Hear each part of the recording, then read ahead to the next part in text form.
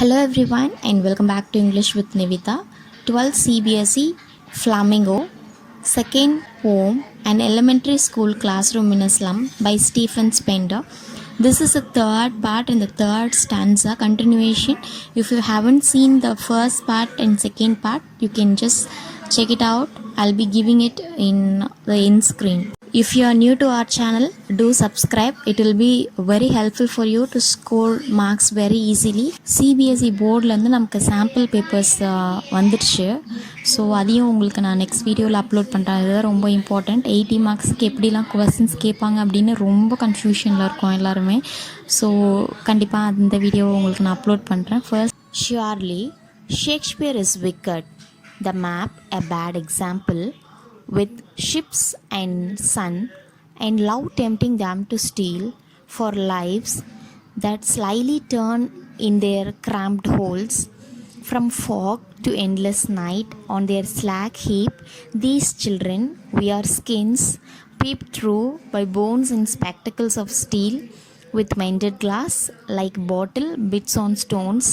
All of their time and space or foggy slum, so blot their maps with slums as big as doom. Surely Shakespeare is wicked. wicked அப்படிங்கிறதோட meaning என்னென்னு பார்த்தீங்கன்னா tricky or cunning person. Bad அப்படிங்கிறது தான் meaning. Shakespeare எப்படி போய் ஒரு பேடாக இருக்க முடியும் அப்படின்னா, அந்த ஸ்லம் ஏரியாவில் இருக்கிற குழந்தைங்களுக்கு குவாலிட்டி எஜுகேஷன் கிடைக்க போகிறதில்ல. ஸோ எந்த ஒரு ஷேக்ஸ்பியரோட ஒர்க் பற்றி அவங்க படிக்க போகிறதில்ல. ஸோ அதனால் ஷேக்ஸ்பியர் அப்படிங்கிறது ஒரு wicked அப்படின்றத இந்த இடத்துல மென்ஷன் பண்ணியிருக்காங்க. மேப் எ பேட் எக்ஸாம்பிள். மேப் அப்படிங்கிறது எப்படி இந்த குழந்தைங்களுக்கு ஒரு பேட் எக்ஸாம்பிளாக இருக்க முடியும்? இந்த வேர்ல்டில் பெரிய சிட்டிஸ், குட்டி குட்டி பிளேசஸ், இந்த மாதிரி எல்லாத்தையுமே செக்ரிகேட் பண்ணி இந்த உலகத்தையே வந்து அந்த மேப்புக்குள்ளே இருக்குது. ஸோ இந்த குழந்தைங்க இந்த ஸ்கூல் விட்டு வெளியில் எங்கேயும் போக போகிறதில்ல. அது மட்டும் இல்லாமல் இந்த குழந்தைங்களோட வேர்ல்டு எப்படி இருக்குன்னு பார்த்தா பாவர்ட்டி, ஹங்கர், ஹோப்லெஸ்னஸ் இந்த மாதிரி தான் இருக்குது. ஸோ இந்த மேப் அப்படிங்கிறது இந்த குழந்தைங்களுக்கு ஒரு அன்ரியல்.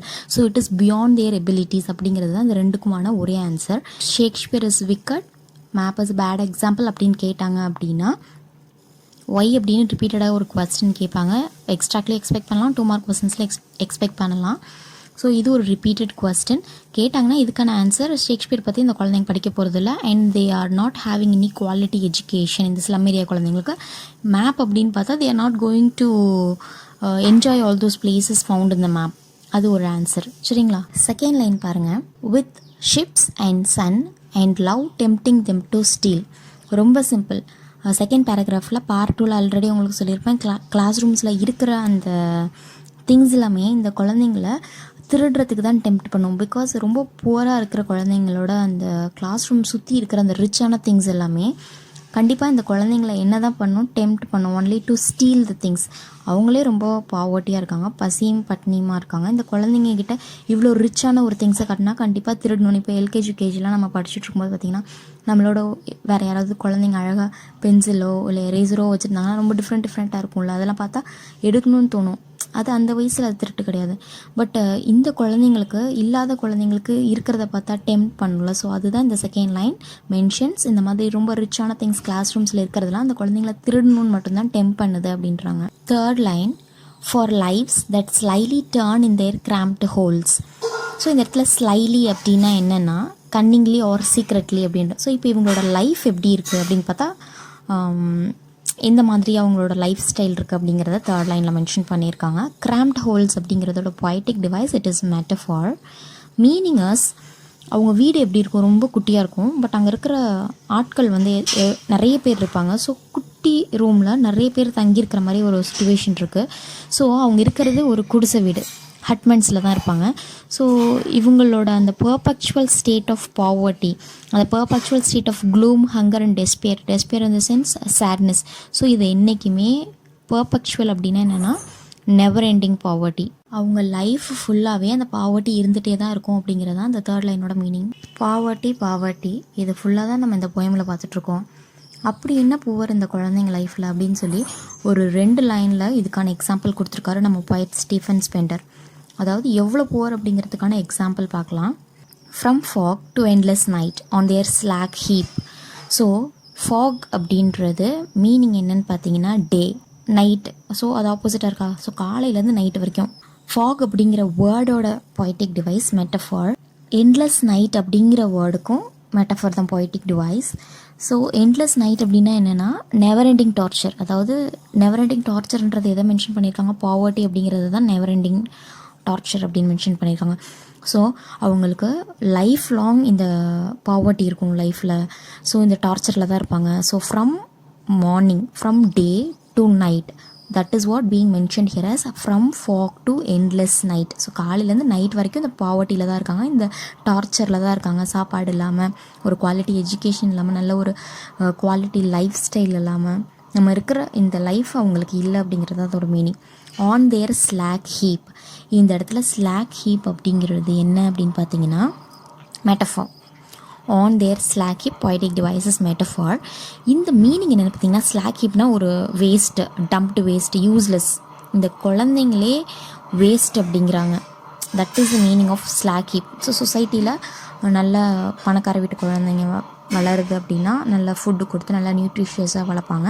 ப்ளஸ் நல்ல குவாலிட்டி எஜுகேஷன் கொடுப்பாங்க, நல்ல டிசிப்ளின்டாக வளர்ப்பாங்க. ஸோ எல்லா குவாலிட்டிஸோடு இருக்கும் அந்த குழந்தை. இதுவே ஒரு பாவர்ட்டியாக ஒரு குழந்தை வளருதுன்னா நியூட்ரிஷியஸ் ஃபுட்டு கிடைக்காது. ஸோ சொசைட்டியில் இந்த மாதிரி குழந்தைங்களாம் வேஸ்ட் அப்படிங்கிறாரு Stephen Splendor. These children wears skins peeped through by bones and spectacles of steel.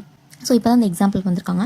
அந்த குழந்தைங்களுக்கு ஸ்கின்ல இருந்து, இப்போ உங்கள் கை இருக்குது அப்படின்னா அந்த கைக்கு வெளியில் அந்த எலும்பு தெரியுது, அந்த குழந்தைங்களோட உடம்புலலாம் அப்படியே அந்த போன்ஸ் தெரியுது அப்படின்னா இது வந்து என்ன, அவங்க ஜிம்முக்கு போயிருக்காங்களா, இல்லை வந்து சிக்ஸ் பேக் வச்சுருக்காங்களா, ரொம்ப தின்னாக இருக்கணும்னு ஆசைப்பட்றாங்களா? அதெல்லாம் ஒன்றும் இல்லை. சாப்பாடு இல்லாமல் அந்த குழந்தைங்களோட அந்த பஞ்சம், பசி, பட்னியை தான் இதை மென்ஷன் பண்ணியிருக்கு.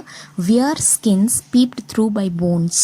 ஸோ அந்த குழந்தைங்க சாப்பிட நல்ல நியூட்ரிஷியஸ் ஃபுட்டு இல்லாமல் அந்த எலும்பு வந்து இந்த ஸ்கின்னுக்கு மேலே பீப் ஆகி தெரியுது அப்படிங்கிறது இது ஒரு எக்ஸாம்பிள். அந்த குழந்தைங்க எவ்வளோ புவராக இருக்காங்கன்றதுக்கு. அடுத்த example spectacles of steel. Spectacles of ஸ்டீல்னால் அவங்க போட்டிருக்க கண்ணாடி, அன்பே சிவம் படத்தில் கமல் போட்டிருப்பாங்க பார்த்தீங்களா கண்ணாடி, அப்படியே உடஞ்சி நொறுங்கியிருக்கும், ஆனாலும் அந்த கண்ணாடி போட்டிருப்பாங்க. ஸோ இந்த குழந்தைங்களோட கண்ணாடி அந்த மாதிரி தான் இருக்குது. ஸ்பெக்டக்கிள்ஸ் ஆஃப் ஸ்டீல் அப்படின்னா ஸ்டீல் இந்த இடத்துல என்ன மென்ஷன் பண்ணியிருக்குன்னா சீப் அண்ட் வெரி ஹெவி. இப்போல்லாம் நிறைய ஸ்டைல்ஸ் அண்ட் மாடல்ஸில் ஸ்பெக்டக்கிள்ஸ் போட்டுக்கிற கண்ணாடி வந்திருக்கு.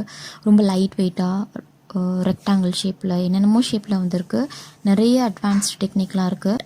அந்த காலத்துலலாம் பார்த்திங்கன்னா ரவுண்டாக வெயிட்டாக இருக்கும் கண்ணாடிலாம். அந்த மாதிரி ஒரு கண்ணாடி போட்டிருக்கு இந்த குழந்தை. With mended glass. Mended meaning is repaired glass. So உடஞ்சிருக்கு. எப்படி உடஞ்சிருக்கு அப்படின்னு மென்ஷன் பண்ணியிருக்காங்கன்னா போட்டிருக்க கண்ணாடி கல்லை வச்சு குத்தி அது நொறுங்கி போனால் எப்படி இருக்கும் அந்த மாதிரி இருக்கான். Like bottle bits on stones. இது என்ன அப்படின்னு பார்த்தீங்கன்னா சிமிலி, லைக் வந்திருக்குல்ல, like bottle bits on stones அப்படிங்கிறதோட பொய்டிக் டிவைஸ் சிமிலி. ஸோ அந்த குழந்தைங்களோட ரெண்டு புவர் கண்டிஷன் மென்ஷன் பண்ணியிருக்கிறது. ஒன்று, அந்த குழந்தைங்களோட எலும்பு வந்து அந்த ஸ்கின்னுக்கு வெளியில் பீப்பாய் தெரிகிறது. இன்னொன்று வந்து அந்த குழந்தைங்க போட்டிருக்க கண்ணாடி ஸ்பெக்டக்கிள்ஸ் ஆஃப் ஸ்டீல், அது ரொம்ப சீப்பாக ஹெவியாக இருக்குது.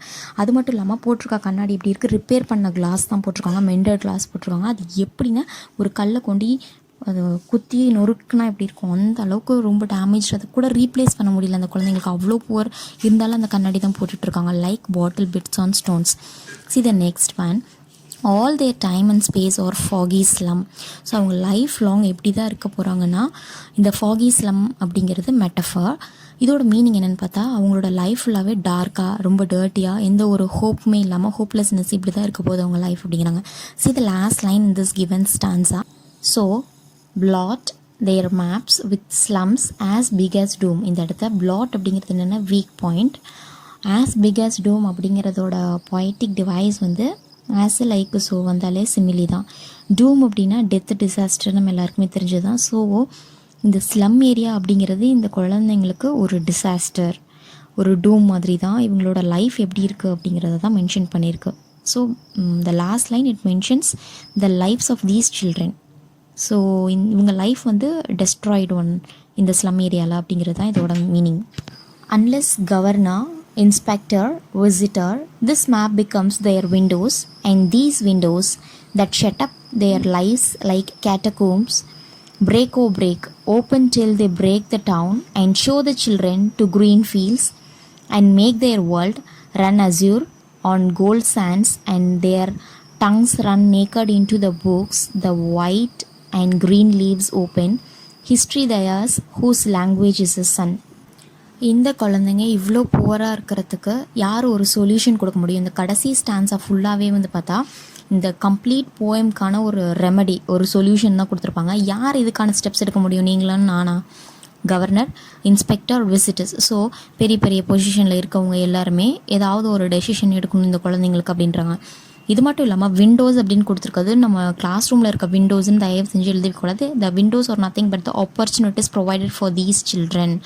ஸோ ஒரு ஸ்பீச்சே இருக்குது, ஒரு குழந்தை ஒரு காம்படிஷனில் பார்ட்டிசிபேட் பண்ணால் தான் அந்த குழந்தைங்க அந்த எபிலிட்டி இருக்குது அப்படின்றத நம்மளால் புரிஞ்சிக்க முடியும். ஸோ ஆப்பர்ச்சுனிட்டிஸ் அப்படிங்கிறது ரொம்ப முக்கியம். இந்த இடத்துல விண்டோஸ் அப்படிங்கிறது it mentions only the opportunities. நிறைய பேர் என்னன்னே தெரியாமல் கிளாஸ் ரூமில் இருக்கிற விண்டோ அப்படின்னு எழுதி வைக்கிறீங்க, அதெல்லாம் எழுதக்கூடாது. ஸோ இதுக்கான ரெமடிஸ் யார் கொடுக்க முடியும் அப்படின்னா, யார் இதுக்கான ஸ்டெப்ஸ் எடுக்க முடியும்? இந்த குழந்தைங்கள எவ்வளோ புவராக இருக்காங்க, கிளாஸ் ரூமில் ப்ராப்பராக இந்த போயம் ஃபுல்லாகவே 2 பாயிண்ட் தான் ஃபோக்கஸ் பண்ணியிருக்காங்க. ஒன்று குவாலிட்டி எஜுகேஷன் கொடுக்கணும், இன்னொன்று நேச்சரில் இந்த குழந்தைங்க போய் எக்ஸ்பீரியன்ஸ் ஆகணும் அப்படிங்கிறது தான். ஸோ இது ரெண்டையும் இந்த குழந்தைங்களுக்கு கொடுக்கணுன்றதான் லாஸ்ட் ஸ்டான்ஸால் அவர் சொல்லியிருப்பார் Stephen Spender. See this map becomes their windows and these windows. So இந்த இடத்துல விண்டோஸ் அப்படிங்கிறது என்னன்னு சொன்னேன், ஆப்பர்ச்சுனிட்டிஸ். ஸோ இந்த குழந்தைங்களுக்கு இவ்வளோ நாளாக கொடுக்காம இருந்த அந்த ஆப்பர்ச்சுனிட்டிஸ், அந்த விண்டோஸை அந்த குழந்தைங்க பிரேக் பண்ணிட்டு வந்து தே have to experience all those அப்படிங்கிறாங்க. ஸோ இது இந்த ஆப்பர்ச்சுனிட்டிஸ்லாம் கொடுக்காம இருக்கிறது இந்த குழந்தைங்களுக்கு எப்படி அப்படிங்கிறத கம்பேர் பண்ணியிருக்காங்க. That shut up their lifes, அவங்க வாழ்க்கையை இதெல்லாம் கொடுக்காம லைக் கேட்டகோம்ஸ் அப்படிங்கிறது ஒரு டெட் பாடியை பரி பண்ணி அண்டர் கிரவுண்டில் பரி பண்ணி வைக்கிற ஒரு பிளேஸ் தான் கேட்டகோம். ஸோ அந்த மாதிரி இந்த குழந்தைங்களுக்கு எந்த ஒரு ஆப்பர்ச்சுனிட்டி கொடுக்காம அவங்க டேலண்ட்லாம் புதைச்சி வச்சுருக்காங்க அப்படின்னு சொல்ல வராங்க. லைக் கேட்டகோம்ஸ் அப்படிங்கிறதோட poetic device it is simile. Break இந்த இடத்துல poetic device, repetition and alliteration. So ஏதாவது ஒன்று எழுதிக்கோங்க, ஒன்றும் ப்ராப்ளம் இல்லை. Alliteration you can go with alliteration எழுதுனீங்கன்னா ஃபர்ஸ்ட் லெட்டர் பிபி அப்படிங்கிறத அண்டர்லைன் பண்ணணும், because the first letter it sounds same. Identify the poetic device in these lines அப்படின்னு கொடுத்து கேட்டிருந்தாங்கன்னா break hyphen alliteration it's more than enough. Even you can write repetition also. ஏதாவது ஒன்று எழுதுனீங்கனாலே will be getting the marks and public examination. So இந்த குழந்தைங்க இந்த கேட்டகம்ஸ் மாதிரி ஆப்பர்ச்சுனிட்டிஸ் கொடுக்காமல் இருக்கிறத பிரேக் பண்ணிட்டு வரணும் அப்படிங்கிறாங்க. Open till the break the down. So இந்த இடத்துல இவங்க எல்லா ஆப்பர்ச்சுனிட்டிஸும் இந்த குழந்தைங்களுக்கு கிடைக்கணும் அப்படிங்கிறது தான் ஃபர்ஸ்ட் 4 லைனில் it was being discussed. And இந்த first line who can make the changes in the sense governor, inspector and the visitors and show the children to green fields and make their world. So இந்த குழந்தைங்களுக்கு green fields அப்படிங்கிறது என்ன சொல்ல வராங்கன்னா, the children should be let in the nature. அந்த குழந்தைங்களும் போய் எல்லா பிளேஸஸையும் எக்ஸ்ப்ளோர் பண்ணணும், அவங்களும் கற்றுக்கணும் அப்படிங்கிறது தான். ஸோ இந்த 4 செவத்துக்குள்ளேயே நம்ம கற்றுக்கிற விஷயம் நிறையா இருந்தால் கூட கிளாஸ் ரூம்ஸில் இந்த ஃபீல்ட் ட்ரிப்பு, டூரு, பிக்னிக்கு இந்த மாதிரி விஷயங்கள் வந்து apart from education it can give us more memories and knowledge. So அதை தான் இங்கே சொல்கிறாங்க. ஸோ அந்த குழந்தைங்களுக்கு க்ரீன் ஃபீல்ட்ஸ் நேச்சரில் கொண்டு போய் விடுங்க, அந்த உலகத்தை அவங்களும் பார்க்கட்டும் அப்படிங்கிறாங்க. Run azure, this is very important. Run azure அப்படின்னா என்னென்னா, இந்த பெரிய deep sky, blue colour sky. Already நம்ம செகண்ட் ஸ்டாண்ட்ஸில் பார்த்துருப்போம். அந்த குழந்தைங்களுக்கு வந்து ஸ்கை எப்படி இருந்திருக்கு அப்படின்னா கிரே கலரில் இருந்திருக்கு, லீட் ஸ்கை அப்படின்னு சொல்லியிருப்பாங்க. ஸோ அந்த கிரே கலரில் இந்த ஸ்கை இப்போ இந்த குழந்தைங்களுக்கு எப்படி இருக்குமா, பிரைட் ப்ளூ கலரில் மாறணும் அப்படின்னு சொல்ல வராங்க. See on gold sands. இந்த இடத்துல கோல்டு சாண்ட்னோடனே எங்கள் அப்பா கோல்டு விற்கிற வேலைக்கு சாண்டே கோல்டா அப்படின்லாம் நீங்கள் நினைக்கக்கூடாது. கோல்டு சாண்டுங்கிறது இந்த இடத்துல என்ன மென்ஷன் பண்ணுதுன்னா, பீச் மண், அந்த பீச் சாண்டு அந்த குழந்தைங்களுக்கு கோல்டு மாதிரி அப்படிங்கிறது தான் இங்கே கம்பேரிசன் பண்ணியிருக்காங்க. their tongue run naked into the books the white and green leaves. இந்த இடத்துல டங் அப்படிங்கிறது என்னென்னா பர்சானிஃபிகேஷன் poetic டிவைஸ். எப்படி நாக்கு குடுன்னு ஓடுமா? கண்டிப்பாக ஓடாது. அப்போ நான் லிவிங் திங் மாதிரி வச்சு சொல்கிறனால இது பர்சானிஃபிகேஷன். மை மதர் at 66 இது எதாவது நடந்திருக்கும். ட்ரீஸ் பிரிண்டிங் சொல்லியிருப்பாங்க. ட்ரீஸ் பிரிண்டிங்கிறது பர்சானிஃபிகேஷன். ட்ரீஸ் பிரிண்டிங் குடுன்னு ஓடுதா? ட்ரீஸ் எங்கேயாவது ஓடுமா? நம்ம தான் ஓடுவோம். ஸோ அது பர்சானிஃபிகேஷன். அந்த மாதிரி இங்கே பாருங்கள் செகண்ட் போயமில் அதே கொடுத்துருக்காங்க personification. Let their tongues run naked into the books அப்படின்னா என்னென்னா, அந்த குழந்தைங்களும் நம்மளை மாதிரி படிக்கணும் அப்படிங்கிறது தான் இந்த விஷயம். இப்போ ஸ்லம் ஏரியாவில் இருக்க குழந்தைங்க நீங்களே ப்ராக்டிக்கலாக யோசிச்சு பாருங்கள். சும்மாலாம் சொல்லலை, ப்ரைவேட் ஸ்கூல் தான், பட் இருந்தாலும் 12th பையன் ஏபிசிடி தெரியாமே இருந்தான். ஆனால் அவன் எப்படி இப்போ 10th பாஸ் ஆனான்னு தெரில. கொஸ்டின் பேப்பரில் இருக்கிறது அப்படியே ஆன்சர் ஷீட்டில் எழுதி வச்சு, ஆனால் அவனும் பாஸ் ஆகி வந்துட்டான் 12th. ஸோ அந்த மாதிரி சுச்சுவேஷன்லாம் குழந்தைங்க இருக்குது. ஒரு ப்ரைவேட் ஸ்கூலில் படித்த குழந்தைக்கே ஒரு ஆல்ஃபபெட் தெரியாமல் 12th வரைக்கும் அது சிபிஎஸ்சியில் படிச்சுட்டு வரானுங்க. கவர்மெண்ட் ஸ்கூல் குழந்தைங்களுக்கு நம்ம கேட்கணும்னு அவசியம் இல்லை. அவங்களோட கண்டிஷன் எப்படி இருக்கும் அப்படிங்கிறத திங்க் பண்ணி பாருங்கள். அந்த மாதிரி நிலைமை இருக்கக்கூடாது ஸ்லம் ஏரியாவில் இருக்கிற குழந்தைங்க. ஸோ அந்த குழந்தைங்களும் நம்மளை மாதிரி படிக்கணும் அப்படிங்கிறது தான் இந்த லைனோட மீனிங். ஸோ எதை வச்சு படிப்பாங்க? புக்ஸ் அப்படின்னு சொல்லியிருக்காங்க. Books the white and green leaves open. இந்த இடத்துல லீவ்ஸ் அப்படின்னோடனே க்ரீன் கலரில் லீவ்ஸ் பார்த்துருப்போம், ஒயிட் கலரில் லீவ்ஸ் பார்த்துருப்போமா? இந்த லீவ்ஸ் அப்படிங்கிறது லீவ்ஸ் கிடையாது. So white and green leaves அப்படிங்கிறதோட பொய்டிக் டிவைஸ் என்ன அப்படின்னு பார்த்தீங்கன்னா metaphor. It mentions the pages of the book. White அப்படிங்கிறது நம்ம புக்கோட பேப்பர் இருக்குல்ல, அந்த paper pages of the book தான் ஒயிட் லீவ்ஸ் இந்த இடத்துல.